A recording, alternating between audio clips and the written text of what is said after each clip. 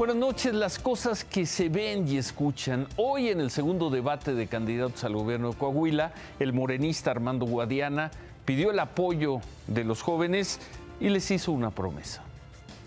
Ahora en tus manos está el cambio verdadero con el Morena, con el voto de Morena. Si el PRI se va, jóvenes, por mi sombrero, que Peso Pluma vendrá.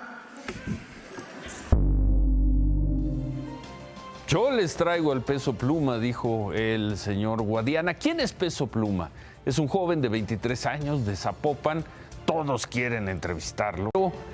¿Qué canta Peso Pluma? Peso Pluma canta justo lo que el presidente López Obrador tanto critica. Canciones y videos de elogio, canciones y videos que exaltan la narcocultura. ¿No lo sabía el morenista Armando Guadiana? Por lo visto, no. Y ya prometió llevarlo a Coahuila si gana. Confusiones y contradicciones propias de estos tiempos.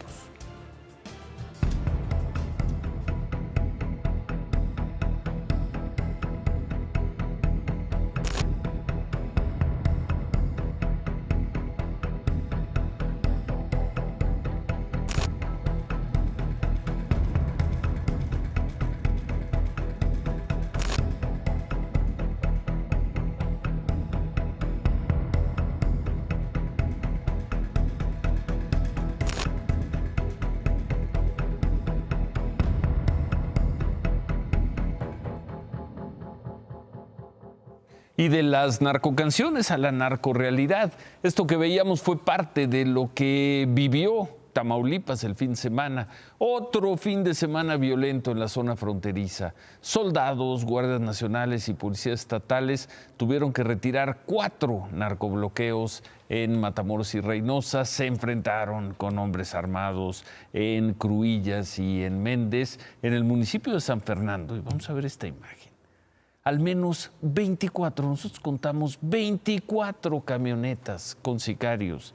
Llegaron así al históricamente afligido y martirizado municipio de San Fernando. Y no hubo autoridad que los detuviera en la entrada. Justo ahí, en San Fernando, 2 civiles fueron abatidos por la Guardia Nacional. Se decomisaron luego 6 autos con blindaje artesanal y armas largas.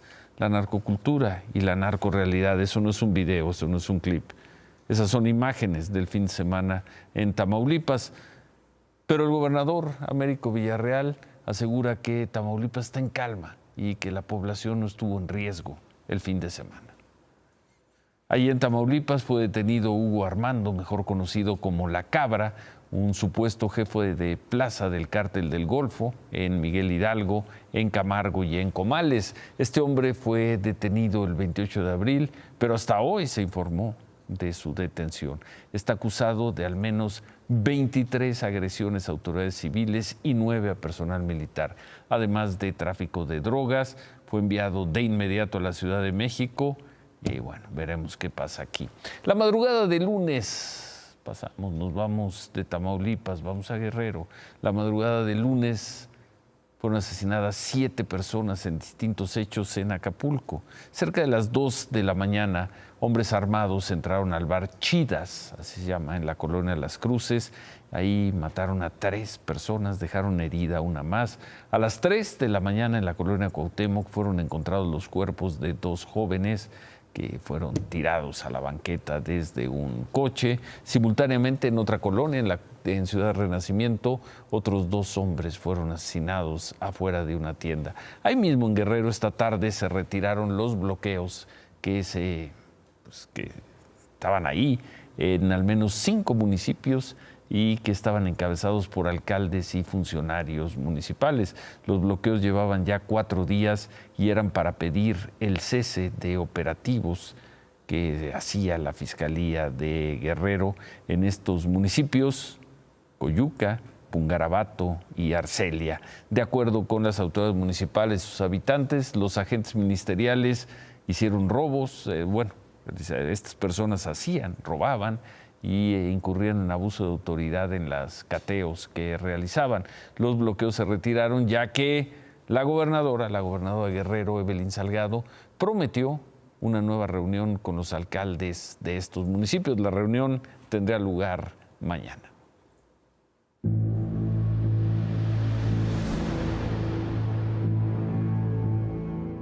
Dos años después, lo que aquí queda es la memoria de 26 personas muertas, ningún responsable visible y trabajos de reforzamiento que aún continúan. 6.7 kilómetros de 11 que conforman este tramo elevado de la línea 12 del metro, repleto de apuntalamientos de acero, reforzamiento de traves, de topes sísmicos auxiliares, en fin, detalles técnicos de una línea del metro que se presumía como la línea dorada, brillo que si alguna vez tuvo, de eso ya no le queda nada. ¿Cuándo le entregan? ¿Cuándo concluyen los trabajos? De eso, de promesas posfechadas, también hay una larga lista. El presidente, por ejemplo, que lo ofreció para mayo del 2022, el secretario de Obras de la Ciudad de México, que la prometió para el primer trimestre de este año, cosa que ya no sucedió, la jefa de gobierno diciendo que será a finales de este año. Bueno, está por verse, porque una vez que concluyan los trabajos, lo que debe de venir son las pruebas de trenes en vacío y después con carga simulada. De otra forma, no hay manera. Y mientras tanto, los usuarios de Tláhuac se acostumbran a un caos de tránsito y de transporte público, incluso en días de asueto como el de hoy. Gente que va y viene y hace malabares para salir de Tláhuac y regresar más tarde, y que son testigos de cómo se colocan piezas de metal de distintos tamaños en distintas posiciones, como si se tratara de un aparato ortopédico para alguien que busca volver a caminar. Lo dicho, ¿qué tenemos 2 años después? La memoria de 26 personas muertas, ningún responsable visible y trabajos de reforzamiento que no sabemos cuándo van a terminar. 2 años, así están las cosas en el tramo, ese tramo que un 3 de mayo, hace 2 años, se desplomó en la línea 12 del metro entre las estaciones de Olivos y Tezonco. ¿Qué sigue? En junio, según la autoridad, van a terminar las pruebas para comprobar la calidad del reforzamiento de las estructuras y, según la autoridad, a finales de año podría concluirse la reconstrucción.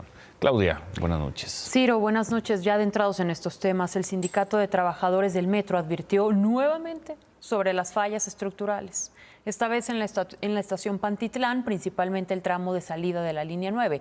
Según el sindicato, estas fallas exponen a un riesgo latente la seguridad de trabajadores, la seguridad de usuarios y equipos de instalaciones fijas y de material rodante.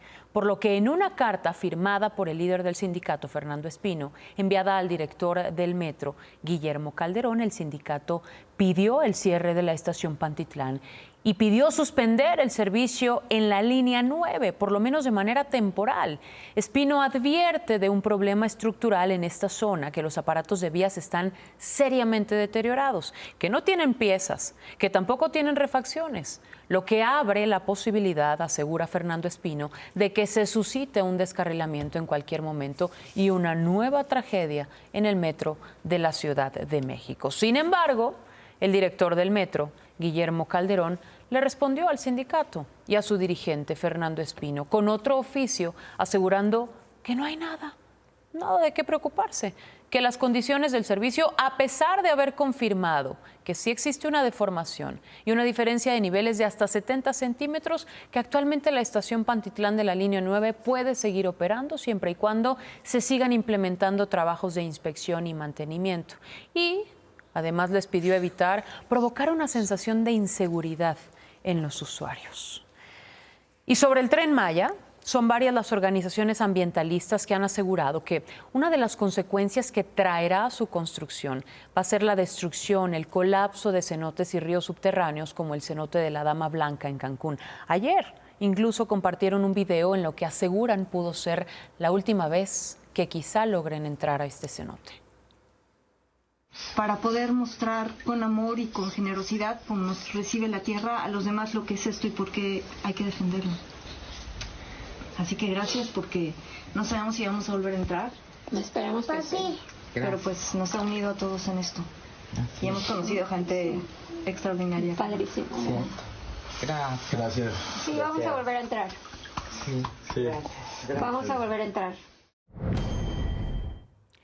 En la mañanera le preguntaron sobre esto al director del Instituto Nacional de Antropología e Historia, a Diego Prieto. Respondió que revisaría el caso, pero dijo que no ha tenido reportes de afectaciones graves ni en cenotes ni en cuevas, aunque los ambientalistas tengan otros datos.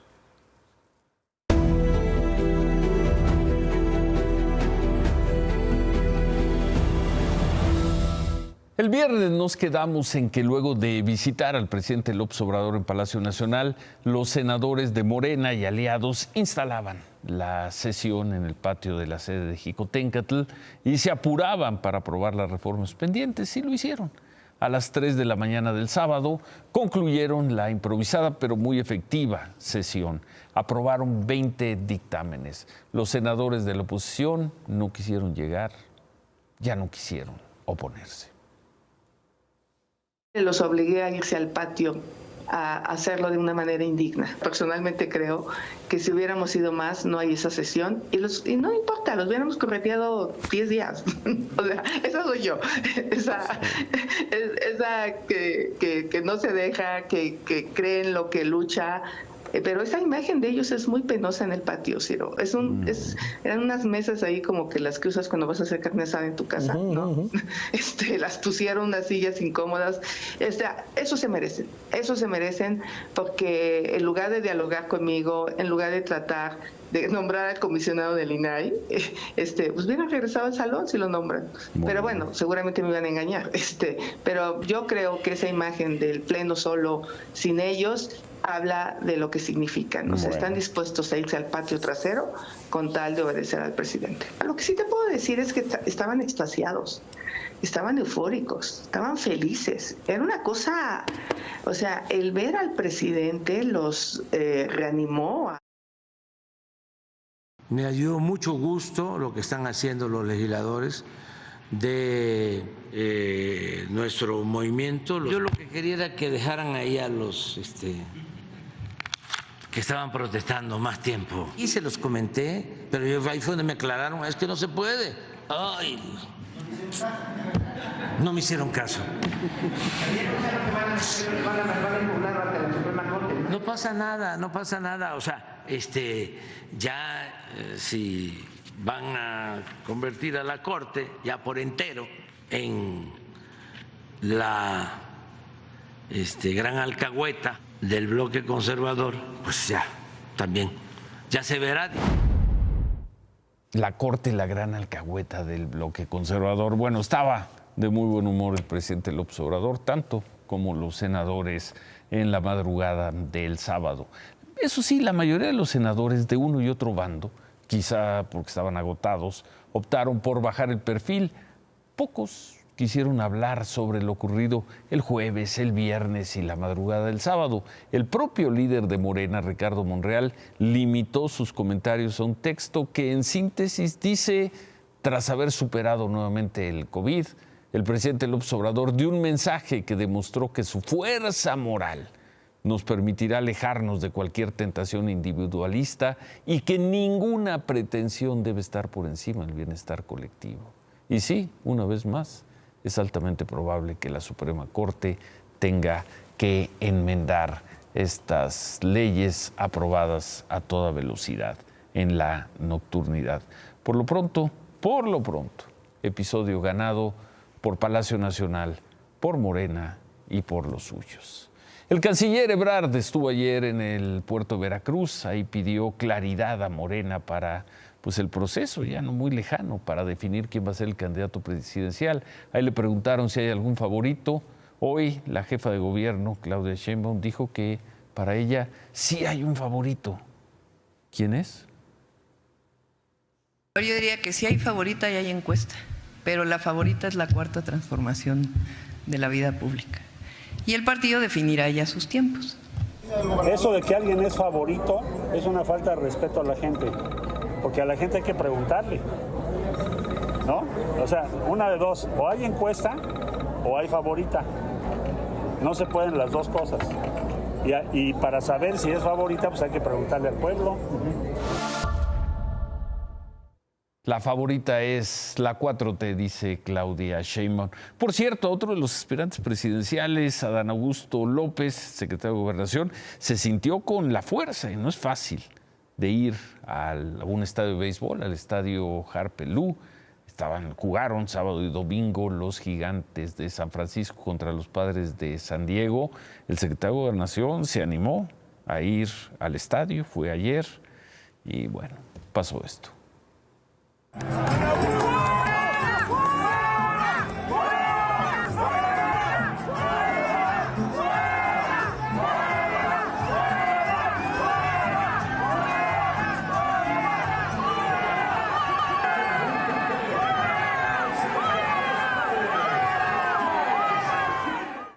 No faltó ahí alguien que se tomara una selfie con el secretario de Gobernación, pero quizá aquí lo más relevante es, se animó, como están las cosas, el secretario de Gobernación a presentarse, a ir como un aficionado, que lo es del béisbol, presentarse en un estadio lleno.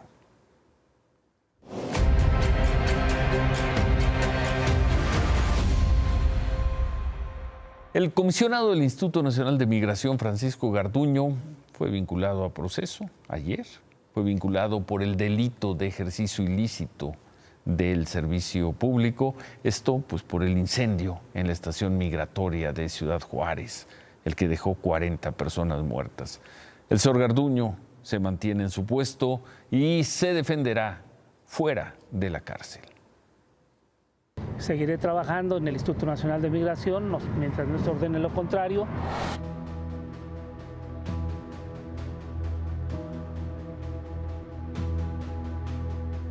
Francisco Garduño enfrentará su proceso penal con las ventajas de la libertad, de conservar su trabajo como comisionado del Instituto Nacional de Migración y con la única medida cautelar de presentarse a firmar cada 15 días ante el juez de control, sin la carga de reparar, por ahora, un daño a las víctimas.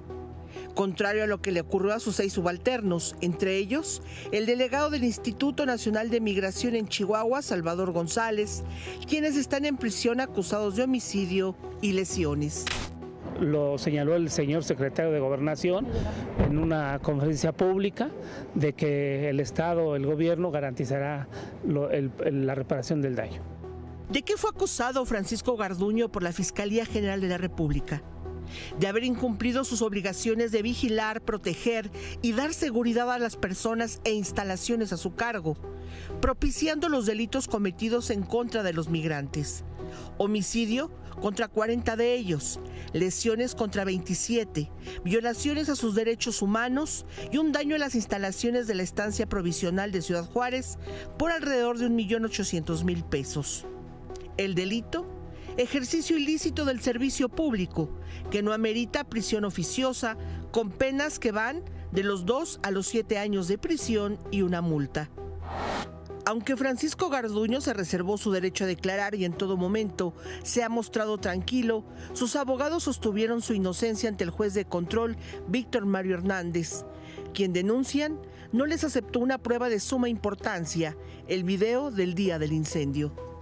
Pues evidentemente afectó a la defensa porque en ese video se ve claramente que hay un error de parte de la empresa de seguridad, y lo que sucede ahí en ese video, pues que la persona encargada de seguridad y que tenía el control de llaves, porque aparte se manejó al inicio de todas estas investigaciones que no había llaves, sí se había, y esta persona fue tan rápido el momento, pues que no tuvo la capacidad, y no entendemos, porque aparte esta persona quedó libre, no fue declarada como testigo. La persona de las llaves. La persona de las llaves, y tanto él como el supervisor fueron declarados en las primeras horas de la investigación y fueron liberados. No sabemos, no podemos interrogarlos, no han dicho nada, por qué razón no abrieron si tenían las llaves.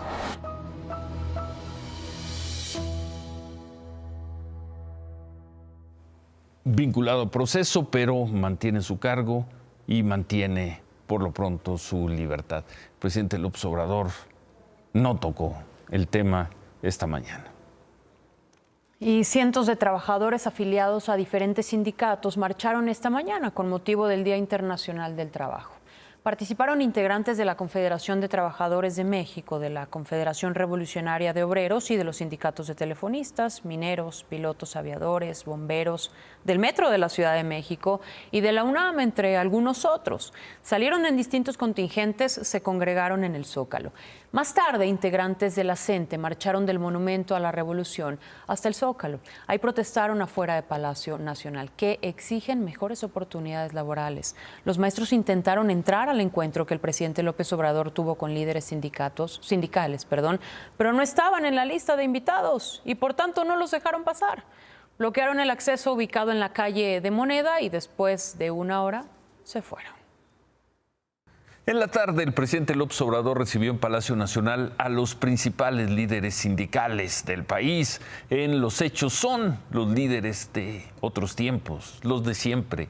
A un lado del presidente estuvo Carlos Acebes del Olmo, secretario general de la CTM desde 2016. También estuvieron Isaías González, líder de la CROC desde hace 18, Rodolfo González, quien lleva 13 años al frente de la CROM, Francisco Hernández Juárez, medio siglo como líder de los telefonistas, y también un incondicional de la 4T, el senador y líder minero Napoleón Gómez Urrutia.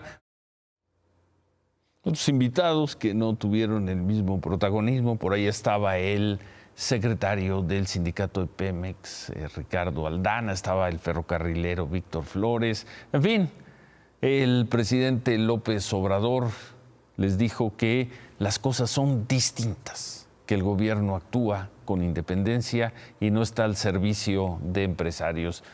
Se los dijo a los de siempre. Claudia, gracias. Ciro, no me puedo ir. No me puedo ir porque el director de cine, uno de los más controversiales, Roman Polanski, por lo menos sí de las últimas décadas, quien además ha pasado la mitad de su vida huyendo por las acusaciones en su contra de agresión sexual contra menores de edad, protagonizó un encuentro por demás inesperado. Mucho se ha hablado de esta imagen. Quien fue la punta de lanza de estas acusaciones contra Polanski fue Samantha Gimmer. Ella, la que vemos en la imagen. Esa foto es de hoy. O de ayer. Esta foto es de estos últimos días. Sí. Ella misma compartió en sus redes sociales la fotografía. Fue actriz y fue modelo. Incluso la esposa, y eso también llama mucho la atención, Ciro, la esposa de Roman Polanski, la actriz Emanuelle Signer, la retomó con el siguiente mensaje: gracias, Samantha. Por la denuncia de Samantha, Roman Polanski tuvo que admitir ante un juez el cargo de estupro por haber tenido sexo con una niña de, en ese entonces, 13 años. La esposa de Polanski también etiqueta una revista francesa, Le Point, revista que publicó una conversación en exclusiva entre la esposa de Polanski y entre Samantha Gimmer. Sin embargo, por lo declarado en esta entrevista, parece ser que ya todo quedó en el pasado. Cito textual: lo que pasó con Polanski nunca fue un problema para mí. Ni siquiera sabía que era ilegal, que alguien podría estar arrestado por ello. Me pesa mucho que esto llegara tan lejos. Tener que repetir que no fue para tanto es agotador. Y eso dijo. Palabras textuales. Y eso dijo. Y eso dijo. A una de las revistas francesas más importantes. ¿Qué edad tiene Polanski? De 89, Ciro. 89. Y hoy le llega este perdón por parte de la entonces después niña de más de 40 13 años. No, de mucho más. De más casi de 40 50 años, casi 50. Bueno, gracias, Claudia. Buenas noches. Gracias.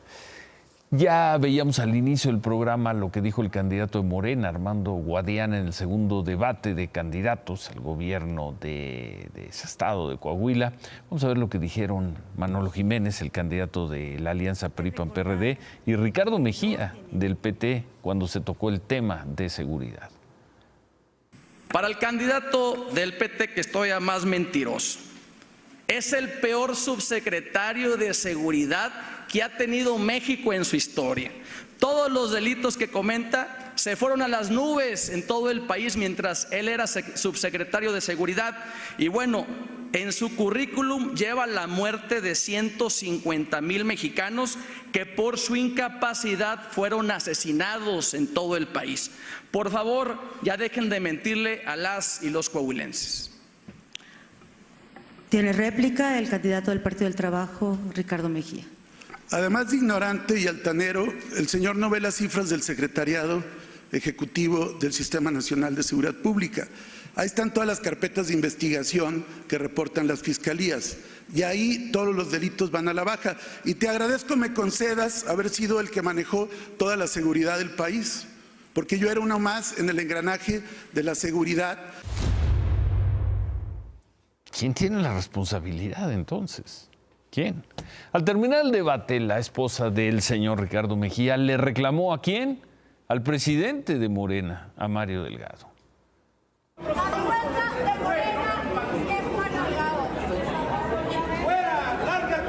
Jamás hemos traicionado al presidente. A ti te consta que no. Él es no, jamás. El PT siempre ha apoyado a Andrés Manuel. Eres un traidor. Nada de candidaturas. Te burlas de la gente. Te burlas de los coahuilenses que confían en el proyecto del presidente. Estamos con Andrés Manuel, pero contigo no. Son una vergüenza ustedes dos. Estamos con Andrés Manuel, pero contigo no. Hubo una pregunta en el debate, le dijeron a Ricardo Mejía, le preguntaron a quién era el personaje público que más admiraba y rápidamente Ricardo Mejía dijo Andrés Manuel López Obrador. En fin, segundo debate allá en Coahuila. Entre todas esas declaraciones y acusaciones, la que brilló en el debate de Coahuila fue nuestra compañera, reportera, cronista y esta noche gran moderadora del debate. La que brilló fue la querida Ivonne Melgar. Buenas tardes a todas y a todos. Candidato del Partido del Trabajo, Ricardo Mejía Verdeja. Usted habla de la existencia de una paz narca. Candidato de Morena, Armando Guadiana, frente al desafío de la seguridad, usted propone diversas medidas, pero destaca una que habla de mejores policías, más tecnología y mejores armas, mejor armamento. ¿Armamento para qué, candidato? ¿Quería usar su réplica sobre el tema de turismo? ¿Vamos a seguir sobre el turismo? Es que íbamos a ir a la siguiente pregunta, pero usted todavía tiene tiempo. Candidato, lección que le dejó el COVID. Bien por Ivonne, felicidades, qué gusto verla ahí. Vamos a hacer una pausa, pero antes, David, vamos a tener crisis de fin de sexenio, vamos a tener crisis del 2025. ¿Qué quiso decir el presidente López Obrador esta mañana, según tú? Dice el presidente que durante su sexenio no va a haber crisis económica, pero en el 2025, ¿quién sabe? Ahora que baje, te explico en qué está pensando el presidente. El presidente hoy hizo uno de esos pronósticos, una de esas análisis de la economía que suenan muy bien de entrada, Ciro, pero que terminan espantando a todo el mundo. Dijiste que me ibas a explicar lo que pensaba el presidente. ¿Cómo le haces para explicar lo que piensa alguien? Es algo del análisis superior. A ver. Es algo del análisis superior y ahorita te lo documento. El presidente hoy dijo que en 2023, o sea, en este año, ni en el próximo no va a haber crisis. Pero que en el 25, cuando no lo dijo, pero lo pensó, cuando yo ya no esté, después de mí, el caos. Diluvio. Después de mí, el caos. Sí. Lo que está diciendo el presidente es que, según él, la crisis económica que se puede venir en los Estados Unidos, que hay dos indicadores muy sencillos para los Estados Unidos. Uno, puede que el mes que entra tengan un problema fiscal porque se les va a acabar la posibilidad de emitir deuda. Dos, la desaceleración que necesariamente se va a darle en la economía a finales de este año y principios del próximo. Estar haciendo pronósticos para el 2025 bueno, ¿y es nosotros qué? ¿Nosotros qué? Nosotros también tenemos problemas. Sí. Tenemos una llave como de este tamaño para los gastos. Los programas sociales, el gasto de gobierno. Veíamos en el informe de finanzas públicas lo grande que es. Y la de los ingresos está siendo cada vez más chiquita. Habría que recordar, al principio de esta administración, primero se tomó todo el dinero que se había ahorrado en los fondos y fideicomisos del gobierno. Después vino esta muy adecuada forma de hacer que las grandes empresas pagaran impuestos. Y ya se acabaron esas. Y la economía no ha crecido prácticamente en todo este sexenio. Pero estar hablando de una crisis del 2025, te repito, te lo pregunté la semana pasada, va a ser Carlos Salinas de Gortari y Ernesto Zedillo, el error de diciembre. Cada vez más gente lo está viendo así. No con error de diciembre, pero como lo dije en aquel momento, Ciro. Que fue el miércoles, jueves de la semana pasada. Sí. El próximo secretario de Hacienda se la va a ver muy difícil. Ojalá se viera en el espejo de Jaime Serra, aquel que duró solo 28 días como secretario de Hacienda. ¿Quién va a ser el próximo secretario de Hacienda? ¿Quién sabe quién gane las elecciones? Bueno, pero tú sabes todo, sabes hasta lo que piensa el presidente. El presidente, es muy claro el pensamiento del presidente. Después de mí, la muerte. El diluvio. Remátala, David. Y ya que estamos hablando del presidente, hoy dijo que a finales de este año comenzará a volar su nueva línea aérea y que ya hasta había hablado con los de Boeing. Aunque le entregaran los aviones, aunque hicieran el contrato en este momento, no alcanzan a dárselos antes de fin de año. No son tlayudas. Bueno, hacemos una pausa y al regresar 3 años después, 3 años, muchos sobrevivimos y aquí estamos. Algunos no. Volvemos.